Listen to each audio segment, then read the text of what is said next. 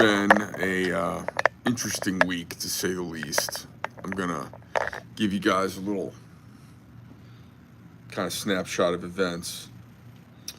So about 2 weeks ago, many of you have talked to Amy, Samantha, and my mom, Eva. Last a couple weeks ago, my mom had some numbness in her hand and some slurred speech for a few minutes. She didn't tell me until like a week later. So last Monday, she told me about it. I said, Jesus, Mom. I sat down. I said, look, the problem with being an insufferable know-it-all is you don't know it all. You got to go to the doctor. And she said, I said, look, I go, you could have a blood clot, a piece is breaking off, and you're having some micro strokes. And if you have the big one, you're going to like shit your pants and not be able to talk the rest of your life. So maybe you should just go get it checked out. And so she made some phone calls and, decided to schedule something. Of course, everybody's booked a couple months out. So last Thursday, before the weekend, I get home. It's Thursday's the beginning of my weekend. I went out to grab a steak, go to my favorite little place, and I go to my favorite little steakhouse kind of near me, and I sit at the bar and I grab a steak. I was drinking iced tea and some steak, and I get a call that my mom's in the hospital. So similar type of event, went to the hospital, and that my mom's voice was like, I was talking to somebody's voice and it was trembling. I think it was my mom, and so I stopped what I was doing, got in my truck, and I headed down to the hospital near her house. As soon as I got there, they said she had a brain tumor in her front left lobe, the size of a tennis ball. So they transferred her down to Scottsdale, a hotel down in Scottsdale, and not a hotel, a hospital down. Sorry, I haven't slept much the last few days. I got my first decent partial night's sleep last night. To a hospital down in Scottsdale, Osborne down in South Scottsdale. So she's in the Honor Health system here in Arizona. She started up here at 27th Avenue in Deer Valley. They treated her real well and said, oh, this is above our pay grade. Let's get you down where the neuro team is. Got her down to South Scottsdale. I met the ambulance. They transported her down there in. They got her into care there. In the meantime, here in Phoenix, we have one of the top neurological centers in the world. Like a lot of the royal families from around the world come here to the Barrow Neurological Center. It's where Muhammad Ali got a lot of his treatment towards the end of his life. Anyways, one of my dear friends that I do trivia with on Thursday nights, kind of close friend, almost family member, he's one of the guys who was a senior surgeon there at the Barrow Neurological. So of course I call him up as a resource, and his wife, who's kind of like a distant cousin, twice removed. But they're lovely folks, and they live up in my neck of the woods, and we socialize a little bit together. And they gave me some recommendations. So what they said my mom had was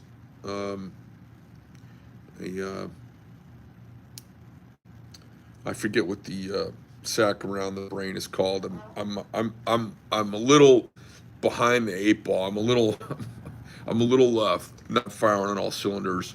The sac around the brain. The meninges. So she has a meningioma, and they're usually benign. They were guessing it was a meningioma. Now, I looked at the image as I was looking at the CT scan layers, and if you take the front left lobe and you put something in there the size of a lemon, basically, there's not a lot of room left. So they showed me the images, and we were like, my mom was like, get that out of my head. And it was, it's a tumor that big up in her brain right here. So as you age, your brain shrinks and you have some space between your intracranial cavity and the top of your brain. So on her right side, the space was there, and on her left side, her brain's pushed up tight against it because this tumor is push or displacing her brain enough that her brain, like jelly, is filling up the rest of the space. So the last couple of years, my mom's speech has been a little slow, and she's been a little like cognitively kind of not all there. And it's like super challenging because she works for my company and she works with everybody, and everybody's noticed like, and they're like, oh, she's an old lady. That's the way it goes. And I'm like, geez, we're usually smart and angry until they stick us in the dirt. So, goddamn, she's only 77. What the fuck, over? And it's been a little frustrating. And then like, what do you do? And I was like, hey, Mom, we got to kind of come up with an exit strategy. So you got to have this awful conversation where you talk to your mom about exiting her from your company. So like my mom gets a lot of vitality being here at work. And I hope you stay to the end of this video because this is not light how this ends. It's heavy. But you see how someone, when they're older, being engaged and being important and being vital, you see how it adds vitality to their life. My dad retired and within a year was not real sharp. And I was like, Dad, you need to get back to work. Like, get yourself vital.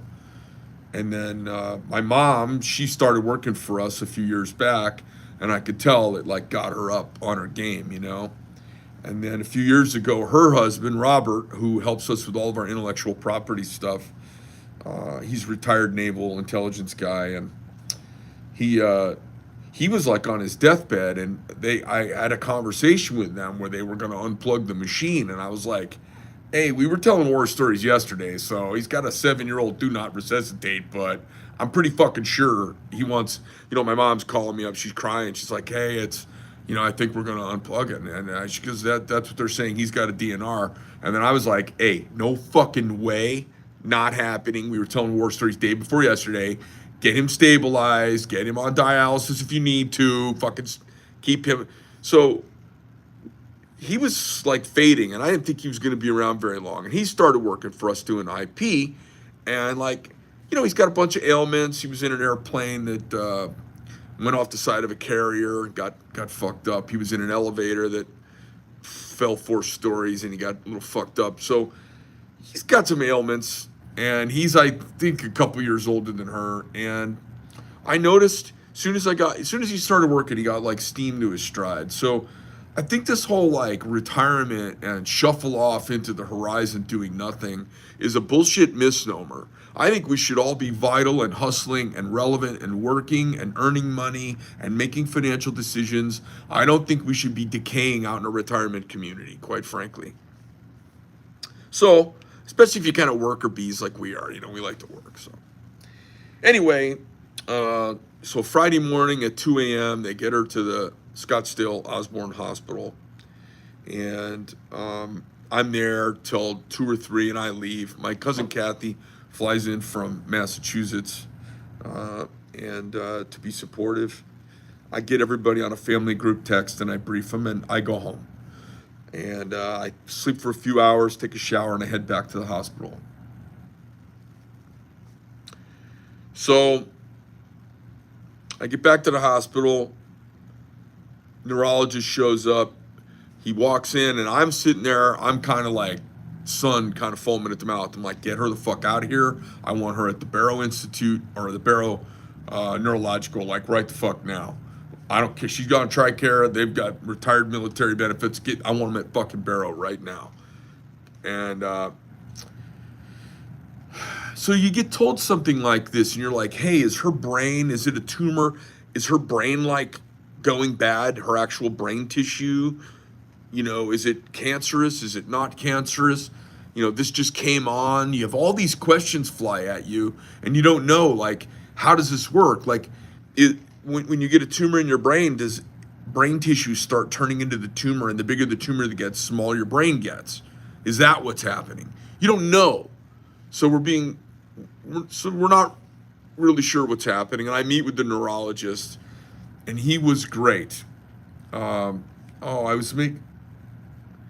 don't know. Maybe if my mom's watching, she could tell me the name of the guy, oh, damn it. But he was from Barrow, and he went to Annapolis. He had a couple Army guys on his team. I met with them. I felt really comfortable. He was just the right kind of sensitive, intellectual, odd, not making eye contact kind of creature that's really good with neurology, you know, brain surgeon. And he was in the same group. As it turns out, I texted my friend Andy, and I was like, Andy, have you heard of this guy? He's like, oh yeah, it's good people, great reputation. So it turns out Barrow has some folks that operate out of Scottsdale Osborne. He's one of the top cranial neurosurgeons in the world, you know, from one of the best neurology places. And he says, yeah. I said, hey, he says, look, it's not an emergency. This is not fast growing in all likelihood. He said, but it's not going to get better. It's only going to get worse. And we don't know how much damage it's doing or has done. He said, so if it was me, I would get this done. We've got pretty good success rate. So that was on Friday morning, and they came back around and said, hey, we're setting your mom up for surgery for today at 4:30. So today at 4:30, my mom's supposed to have brain surgery. And they started doing a medical workup on her to make sure she would survive, because the last time she went to the doctor was 1978. She had a hysterectomy. And she's like wildly afraid of needles. I'm like, how did you have babies and get to be almost 80 years old and you're afraid of needles? Like, what the fuck? What's going on? She hasn't been to the doctor. So you wouldn't have any idea how much time was spent saying, no, she doesn't take any medication. Nope, she doesn't have any implants. Nope, nope, she doesn't take anything for cholesterol. Nope, she doesn't take anything for blood pressure. Nope. It was almost like they can't believe that she's not on it. And they're probably just quadruple verifying, right? So it's been a long day. She's going to stay in the hospital for 3 days doing a medical workup, just getting her package all put together, make sure she's safe to go under general anesthesia. So I go home. I get home. I take a short nap. I take a little breath, like, holy fuck, what a couple of days it's been. That was on Friday afternoon. I get a call or a text around 3 or 4 o'clock, says, my cousin's down there. I went home when she got there. Said, hey, they're doing surgery tomorrow. I was like, no, they're doing it on Monday. Said, no, it was scheduled for tomorrow, 4:30. So we checked in on Thursday. She got assessed Friday morning at the second hospital. They had surgery scheduled for the following day at 4:30. And it's major fucking brain surgery. They cut her from here to here across the top of her head, scalp down. Open up the skull here. Boom, piece goes out. Open up the meninges, the sac around the brain. Open up the meninges. Get in here, and he's like, tumors can be sticky and leathery. They can be soft and mushy, and they can be very fused to the brain or not fused. So we don't know how long. It's just 2 to 4 hours. So I stay with her. I cut everybody loose. Everybody goes home except Jack. I go into pre-op with her, hold her hand. They got to put some more IVs. They got to put a blood pressure monitor in her wrist, which is like a little spooky looking to watch. And she was, I could tell, nervous, and she was like, So I just went and held her hand and just stood with her like you do, and got her through all that. We were in good spirits, She and I both, we kind of deal with stress with humor, and she was being a bit of an old lady on Thursday, and she's got a right to be. She's an old lady. She was making noises when the blood pressure cuff on her arm was filling up with air, and I got down on my mom's face and I said, Mom, our people walked out of Russia in the Ice Age. They came to the mountains of Greece. The babies were taken to be Spartans. We come from a line of warriorship and toughness. My grandfather came here when he was 8 years old, on a boat by himself through the Mediterranean while U-boats were sinking passenger ships. I said, you got to find your inner warrior, because maybe an old lady's not going to make it through this, but a warrior is. You got to find your inner warrior. And, she didn't say, but I am an old lady. She didn't say, she kind of acknowledged it and then changed. And she did exactly what you do when you see a combat vet get an IV for the 37th time. They go, she made that face, and I was like, okay, I feel better. So I held it together. I had to hold it together, like I'm in a little bit of a patriarchal role out here on this coast. My mom works for me. My stepdad works for me. My dad's kind of semi-retired. When I was married all those years, I tried to keep everybody together, having dinner on Sundays, and you could bring it in. Is this a sample for me? It is. Thank you. I'm in the middle of a video, so I'll look at it, and then I'll get back with you as soon as I'm... All right, I'll reach back. Thank you. Yep, thank you. So, I didn't have a lot of emotions going on. I mean, I had them. They were all right here. And if I thought about them for 1 second, I felt like it was going to shoot out the front of my face. So, she goes into surgery. They roll her away. And Jack and I go step out in the waiting room. And the surgery was at 4:30 in the afternoon. So, it was... we were one of the last people to go into surgery that late. And they have, like, the A-team is in there, Like when you show up, there's the wipe your butt nurses, that's one level, and then there's your monitor you, that's another level.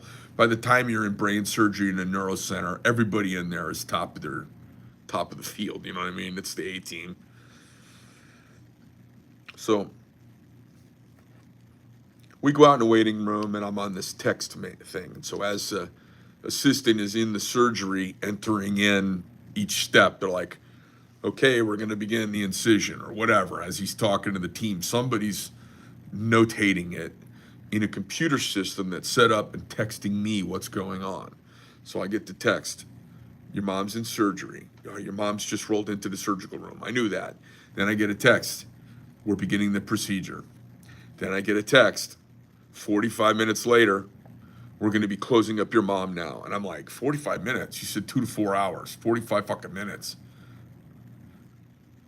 And it was a big tumor. Like, I saw it, and I was like, my mom and I both were like, oh, that ain't a little thing. If they find a little one, they'll just kind of look at it every 6 months. And they'll be like, yeah, the good Lord's going to take you before that goes, before the tumor gets you. Don't worry about it. Like, a lot of guys die with slow-growing prostate cancer, right? It's like that. So I get the thing, or closing up your mom, and then, like 30 minutes later, so a 2 to 4 hour surgery turned into an hour and 15 minutes. They're like, your mom is in recovery. We'll come get you and notify you as soon as she gets a room assignment in the intensive care unit. So about that time, a nurse comes out, a male nurse with like hexagonal glasses, and he's kind of effeminate. So I'm guessing he was gay. So nice. And he kind of looked around, he's like, listen, you guys, your mom is such a sweetheart, and there's not too many people around, so I'm going to break the rules. Would you like to be with her in recovery? My son and I looked at her like, yes, because we're like staying there at attention, ready to go to war, and there's no one to fight, you know what I mean? So he brings us in, and my mom's just coming to. And she's, when you come out of being anesthetized, out of anesthesia, especially when you're older, your body's figuring out how to breathe again as your central nervous system's like kind of barking back to life, doing the big reset. Just like when you turn your computer on, it takes a few minutes for everything to line up.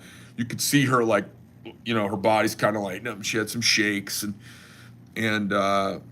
she's like, oh, is it over? And she says, oh, I feel good. I feel human. It's good to feel human again. It was almost the first thing she said. And they had the clock up on the wall, was in military time, and she said, oh, that wasn't very long. She had looked at the clock on the wall. And then they hadn't done anything yet. Like the neurosurgeon nobody had been out and seen her yet. They're still cleaning up, for God's sake. So I'm like, mechanical guy. I'm like, hey, Mom, can I touch your feet? Yeah. Can you feel my hands? Yes. Can you feel this? Can you lift your foot? Can you lift this one? I'm like, all right, her feet are working. She'll be able to walk to the bathroom. And then I was like, hey, pinch my fingers. So she pinched my fingers each side. Everything was good. Ran my finger gently down her arm. Can you feel that? You feel this? Yep. Hey, look at my face. Tell me, am I happy right now or sad? And I give her a smile. And she rolls her eyes. She goes, happy, you know. And then she says, my throat hurts. I said, I gave her some ice, some little pieces of ice. So we go back and forth, and I asked her a couple questions about her childhood and her dad. And then I asked her some stuff about the shop. And then she brought up some stuff about our FFL license that needs to be handled in the future. And I said, hey, Ma, I said, past, present, and future seems to all be there in your brain housing group, you know, your body's all working. I said, Jesus H. Christ. And they had told us, like, hey, this is a big deal. Your mom's going to probably spend a week here, and they need to go to a halfway rehabilitation transitional home with a lot of medical care before she goes home. And, you know, this is a good time to retire. But she'll get her faculties back, but her brain's going to be bruised from this, and it needs to recover, and that takes time. And so she made the decision to go forward with this surgery. So when I talked to the nurse, the attending physician's assistant who came out, she said, yeah, the tumor was very soft and detached. It wasn't stuck or fused to the brain, so we didn't have to cut on any brain tissue. And the doc came, and he's like, your mom's not a bleeder. It kind of came right out.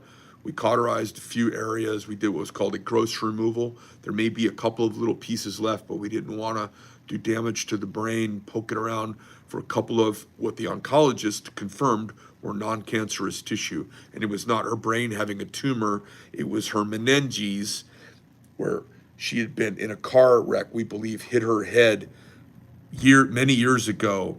And when the meninges maybe tore, it was a little overlapped, so it's been trying to grow on top of itself, and it grew this big tumor, basically just a big cellular growth of tissue.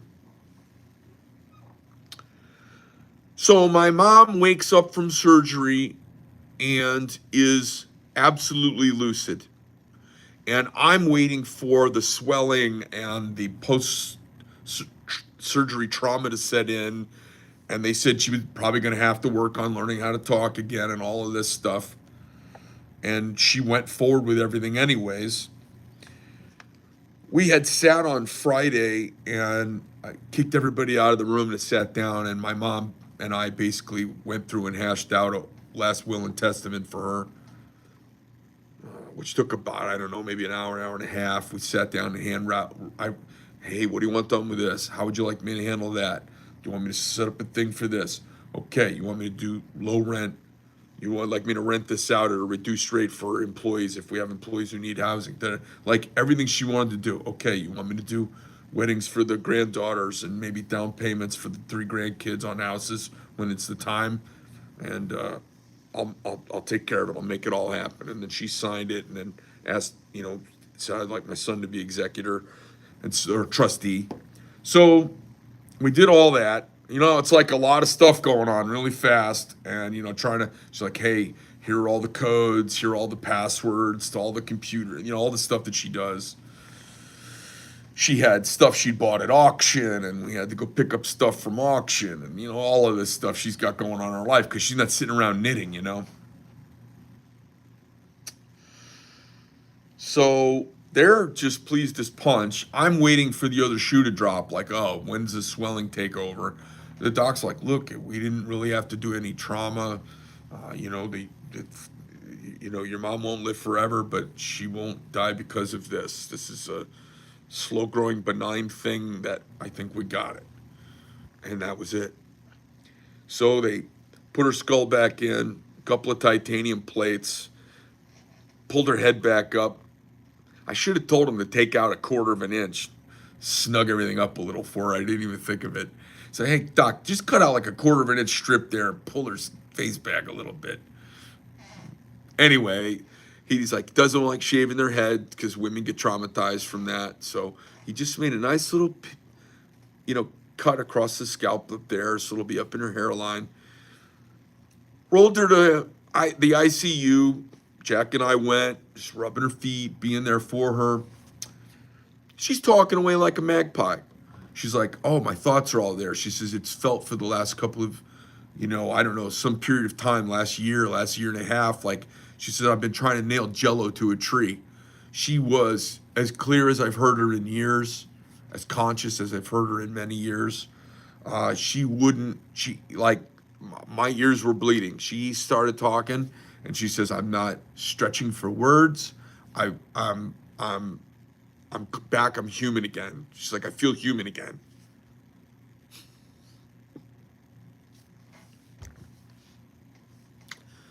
So I was thinking, I might be, geez, the odds are I might be planning a funeral next weekend. Jesus H fucking Christ. And her husband, who's got two kinds of cancer and broken this and broken that, a back surgery and that, walk around with a cane, he's gonna outlive my mom who works every day. Are you fucking kidding me? No offense, Robert. It's just not how I saw it going down, Anyway,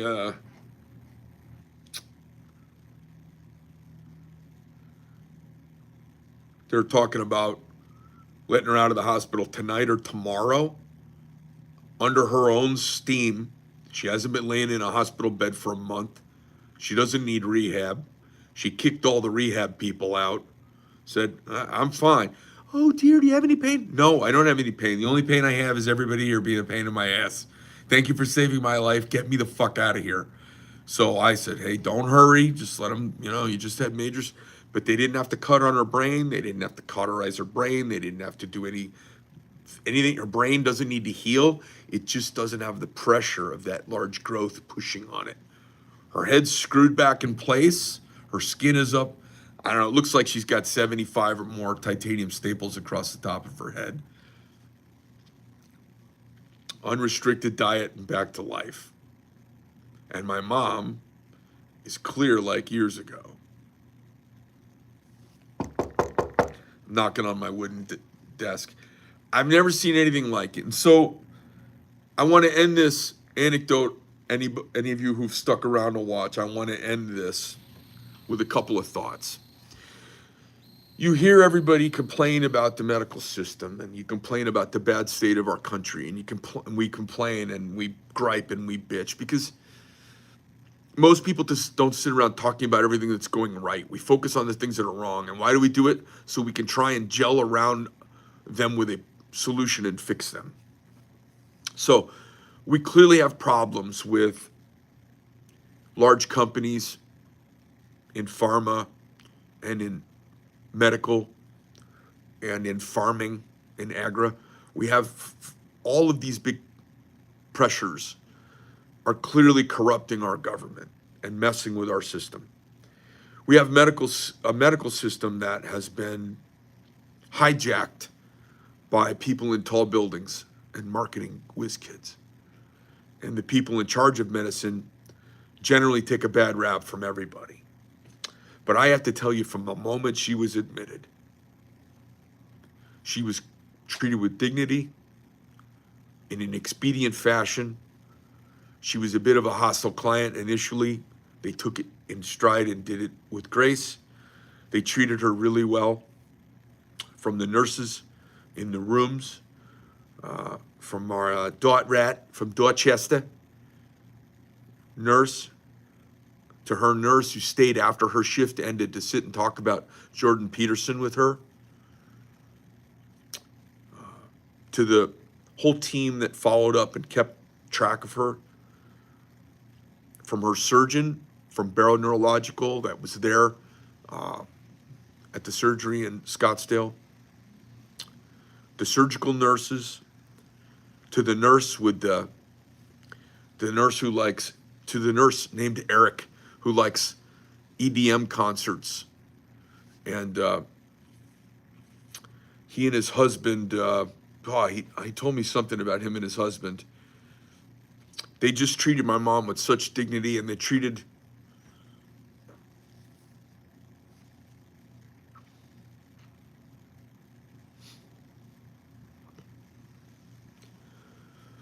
us really well, and they continue to treat her really well. So I think she's going to be out today or tomorrow. And Just unbelievable. Just unbelievable. And she's going to be back here working at some reduced capacity, just so I'm like, Mom, it's okay to retire a little bit. It's all right. So she says, I got a bunch of crafts lined up. She's going to do a bunch of crafts. She's buying stuff from the auction. We got a little estate planning we need to do, probably. We worked through probably 2 to 3 years of delayed discussions about estate planning in about 90 minutes. And all the guys here, she makes lunch for everybody. Keep your parents plugged in, keep them close, tell them you love them, and try not to let them drive you too crazy because they're supposed to. And chalk one up for American medicine and the amazing team at Honor Health who took care of my mom with such honor and dignity. It was pretty awesome. And knock on wood, it looks like my mom has dodged a little bullet. She's got herself a little war wound. And she'll be back here kicking ass with us. So many people reached out who heard about it and were offering their prayers and thoughts, and I want to thank all of you for it, especially the folks on the team here at Medford Knife. And it's just pretty amazing outcome, and no need to say sorry for our troubles. Our troubles were absolutely nothing. My troubles were nothing. My mom did it with courage and grace. The team treated her really well, and she's still here kicking, and I couldn't be happier about it.